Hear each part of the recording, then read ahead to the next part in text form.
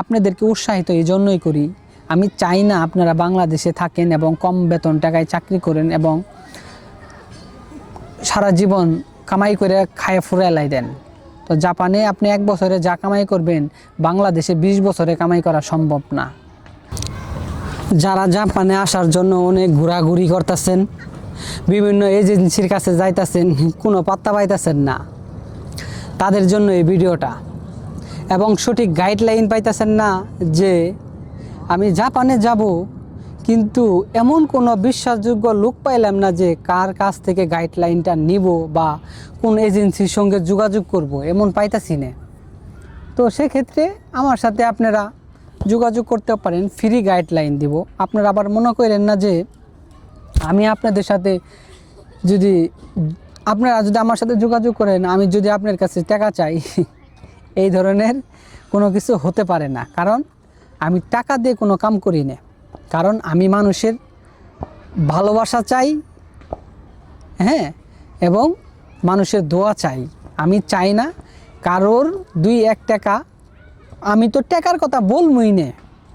আপনাদেরকে জাপান পর্যন্ত নিয়ে আসার জন্য যা ফ্রি গাইডলাইন দেওয়ার দরকার আমার কাছ থেকে পাবেন, এটা নিশ্চিত থাকেন। তো আপনারা যদি কোনোভাবে একবার জাপানে আসতে পারেন না, তো আমি কিন্তু 1 টাকা দিয়ে ক্যামেরা কেনার সামর্থ্য ছিল না। তো আমার এই 5,30,000 টাকা দিয়ে আমি বাংলা টাকা 5,30,000 টাকা ক্যামেরা, মাইক্রোফোন, মানে সকল কিছুই, ল্যাপটপ, হ্যাঁ ল্যাপটপ, এগুলো এডিট করার জন্য হাইফুল সব কিছু লাগে, হাই লাগে, বেশি দামের লাগে। তো এগুলো কিনতে পারতাম না। জাপানে আইছি, দেশে কিছু করছি, ফ্যামিলির একটা নির্ভরযোগ্য হয়েছি যে না আমার দ্বারাই কোনো কিছু সম্ভব, ফ্যামিলিকে হেল্প করছি যতটুকু পারছি, 1 টাকা হয় 2 টাকা হয় হেল্প করছি। তো আপনি যদি একবার জাপানে প্রবেশ করতে পারেন না, আপনার জীবন পুরো চেঞ্জ হয়ে যাব। তখন আমার মতো একটা ভালো কাজ করবেন, এই যে বসে বসে ভিডিও বানাবেন আর মনে করেন যে ঘুরবেন ফিরবেন, ভালো ভালো জায়গায় যাবেন, জীবনটা লাইফটা অনেক সুন্দর হবে। এবং বিয়ে শাদি করবেন, হয় জাপানিজ করবেন, জাপানে আইসা বাংলাদেশি করে নিয়ে আসবেন, ওটা আপনার ব্যক্তিগত বিষয়। কিন্তু জাপানে একবার ঢুকলে লক্ষ লক্ষ টাকা ইনকাম আছে ঠিকই, কিন্তু এইখানে আপনার টাকা ধরে রাখার মতো প্রসেস লাগবে। কারণ আপনার টাকা খরচ করার মতো অনেক প্রসেস আছে। আপনি দৈনিক যা কামাই করবেন তার থেকে 3 ডবল 4 ডবল বা 10 ডবল খরচ করতে পারেন, কিন্তু আপনার টাকা ধরে রাখার ক্ষমতা রাখতে হবে। যেমন আপনার টাকা কামাই করার সোজা, কিন্তু টাকাটা কিন্তু জমানি কঠিন, তেমনই। তো আপনারা এখানে অনেক টাকা ইনকাম করবেন, অনেক ভালো লাইফস্টাইল করবেন। এখানে স্টুডেন্ট বিষয়ে যারা আসেন তাদের ফ্যাসিলিটিটা বেশি, যারা SSW আসে তার থেকে ফ্যাসিলিটিটা বেশি, যারা ওয়ার্ক বিষয়ে আছে তাদের তেমন ফ্যাসিলিটি নাই, মোটামুটি বেতন কম, মোটামুটি জীবনযাপন করতে পারে। আবার যারা TITP ভিসাতে আছে তাদেরও লো লেভেল ভিসা, তেমন জুতের না, মোটামুটি আইসে 3 বছর পরে সে ভালো একটা ভিসাতে যাইতে পারে। 3 বছর তো আসলে জাপানিজ কালচার শিখবে, ভাষা শিখবে, একটা ট্রেনিং থাকবে, তো সেজন্য ওইরকম বেতন পাঠাইতে পারে না। তো আমি বলবো জাপানে আসলে আপনার পুরো লাইফ চেঞ্জ হয়ে যাবে। আসবেন, ভালো জব করবেন, একটা গাড়ি কিনবেন, তারপরে ভালো একটা বাসায় থাকবেন, ভালো ফোন কিনবেন, সব কিছু কি আপনার কি হাই হয়ে যাব, মানে ভালো একটা পারফরমেন্স পাবেন জাপানে ইনকাম করে।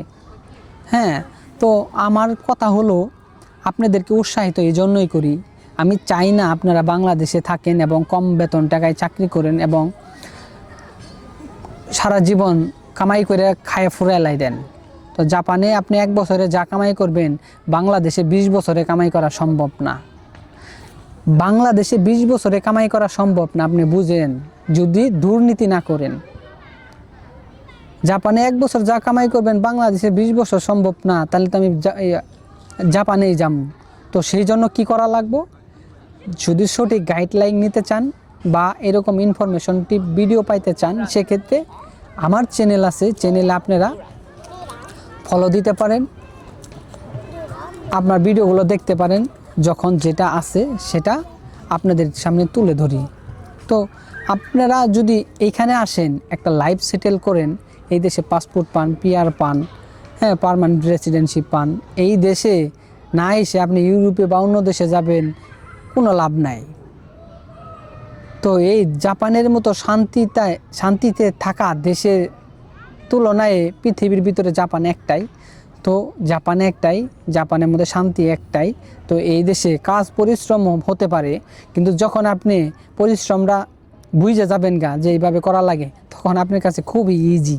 টাকা কামাবেন, বাড়িতে পাঠাবেন, নয় আপনি সঞ্চয় করবেন আর ভালো একটা জীবন উপভোগ করবেন।